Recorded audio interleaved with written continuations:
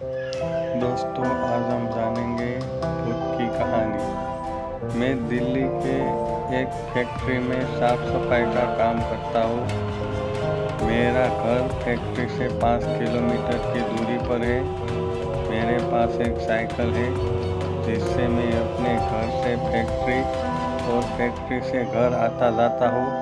एक दिन जब मैं फैक्ट्री से घर जा रहा था तो रास्ते में मुझे एक लड़की दिखाई दी और वह लड़की मुझे घूर घूर के देख रही थी।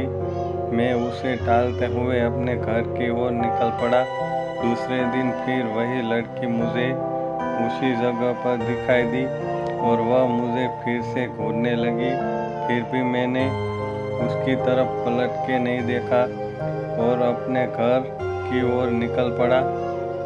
उसके पास रुका भी नहीं क्योंकि मुझे उस लड़की से मुझे डर लग रहा था। वह लड़की कई दिनों तक मुझे देखती रहती थी। एक दिन वह लड़की वहाँ पर नहीं दिखाई दी तो मैं सोच में पड़ गया, ऐसा क्या हुआ जो वह लड़की आज नहीं आई। फिर मैं अपने घर की तरफ निकल पड़ा।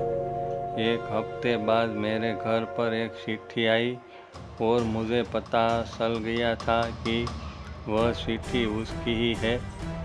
उसमें उसका नाम प्रीति लिखा हुआ था और उसमें से एक फ़ोटो निकली थी जो कि उसी लड़की की थी।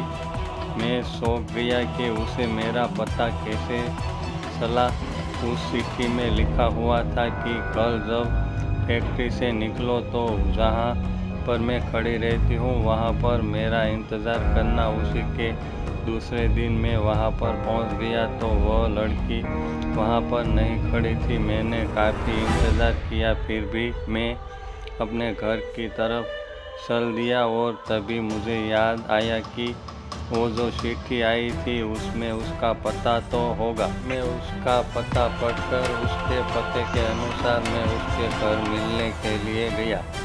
दरवाज़ा खोलते ही एक आदमी आया और बोला कि क्या काम है। तो मैंने बोला कि मुझे प्रीति से मिलना है। तो उस आदमी ने बोला कि मैं उसका पापा हूँ और प्रीति को मरे हुए 2 महीने हो चुके हैं। मेरे हाथ पांव कांपने लगे। मैं सोच में पड़ गया कि वह लड़की जो मुझे रास्ते में मिली थी और जिससे मुझे चिट्ठी भेजी थी वह कौन होगी।